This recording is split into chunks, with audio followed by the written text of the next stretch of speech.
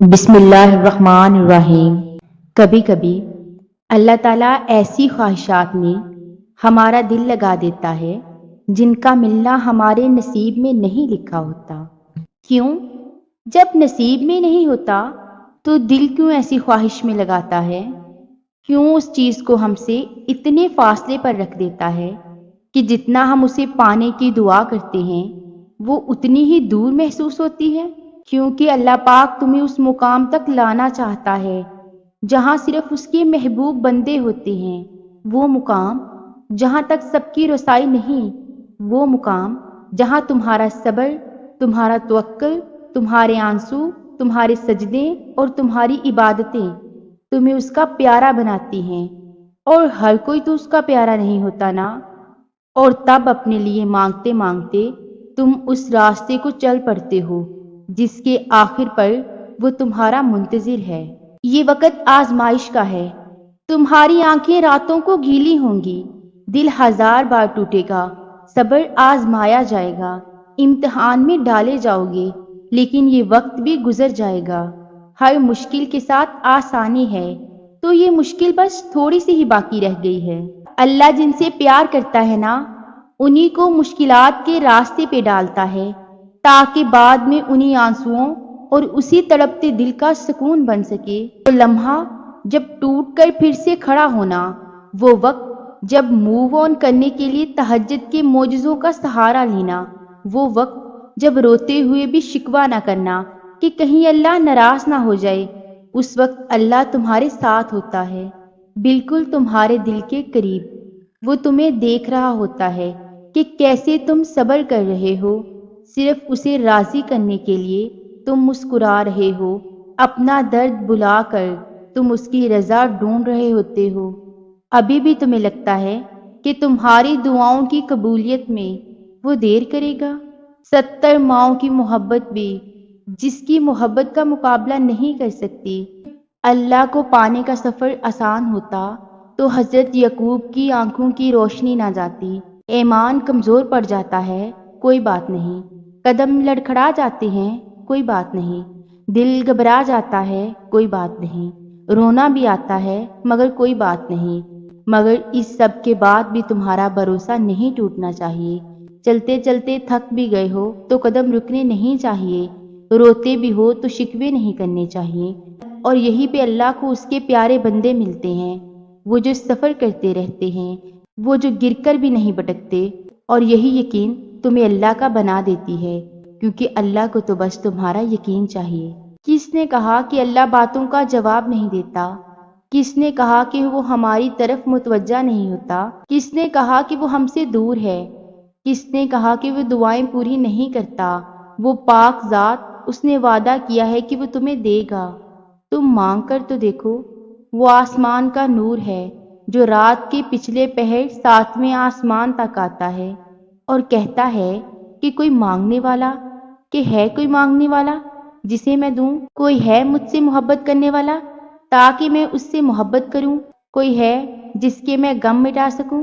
اللہ سے مانگا نہیں ملا تو پھر ضرور اللہ نے کچھ خاص تمہارے لیے چن لیا ہے، بہتر کو بہترین سے بدل دیا ہے، کیونکہ اللہ تعالیٰ کا کوئی بھی فیصلہ بے مقصد نہیں ہوتا۔ کچھ چیزیں وہ ہمیں مانگنے سے پہلے عطا کر دیتا ہے، اور کچھ چیزیں شاید ہمارے نصیب میں نہیں ہوتی، کیونکہ یہ اسی کی مصلحت ہے۔ صرف وہ جانتا ہے کہ ہمارے لیے کیا اچھا ہے اور کیا برا۔ ہم اس سے شکوہ نہیں کر سکتے کہ ایسا کیوں کیا، ہمیں بس اس کی مصلحت پر بھروسہ کرنا ہے۔ اللہ پاک امتحان لیتا ہے، تمہارے صبر کا امتحان، دعاؤں کا امتحان، توکل کا امتحان، تمہارے انتظار کا امتحان، برداشت کا امتحان، اور یہ امتحان سہنا مشکل بھی ہوتا ہے۔ کبھی کبھی ہم تکلیف برداشت نہیں کر پاتے اور اپنی دعاؤں پر توکل کرنا چھوڑ دیتے ہیں۔ درد سہنا مشکل ہو جاتا ہے، طویل انتظار دل کو تھکا دیتا ہے، مگر اللہ تعالیٰ کا امتحان تکلیف دینے کے لیے نہیں ہوتا۔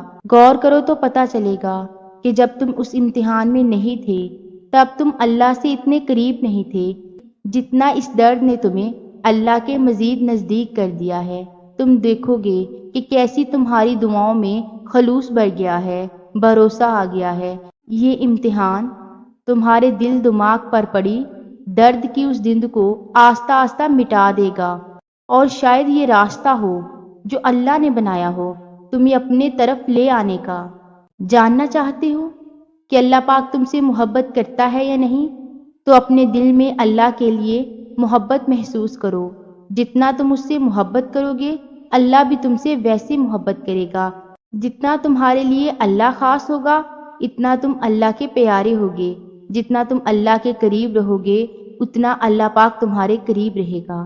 اللہ پاک کو ہماری محبت کی ضرورت نہیں ہے۔ اگر ہم اسے یاد کرنا بھی چھوڑ دیں تو اس سے محبت کرنے والے کم نہیں ہوں گے۔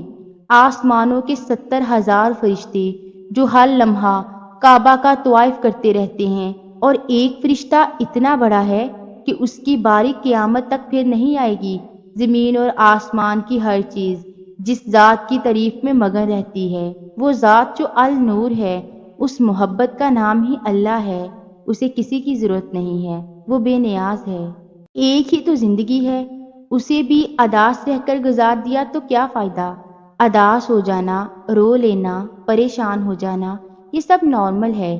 صحیح ہے کہ بعض اوقات حالات ہمارے کنٹرول میں نہیں ہوتے، آنسو روکنا ہمارے بس میں نہیں ہوتا، دل گھبرا جاتا ہے، ہمارے بس میں نہیں ہوتا، لیکن ایسی سچویشن کو اللہ کی رضا اور زندگی سمجھ کر بھول جانا، اگنور کر دینا، یہ ہمارے بس میں ضرور ہوتا ہے۔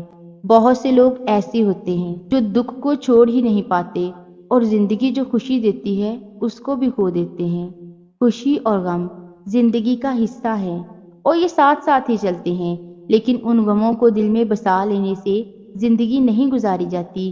اللہ ہے نا، وہ سب جانتا ہے، وہ دیکھ رہا ہے نا، تو پھر کس چیز کا غم؟ اللہ کو معلوم ہوتا ہے کہ اس کا بندہ کب اسے پکارے گا، کب اس کی طرف دوڑ کر جائے گا، کب بے چین ہو کر یا اللہ بلائے گا۔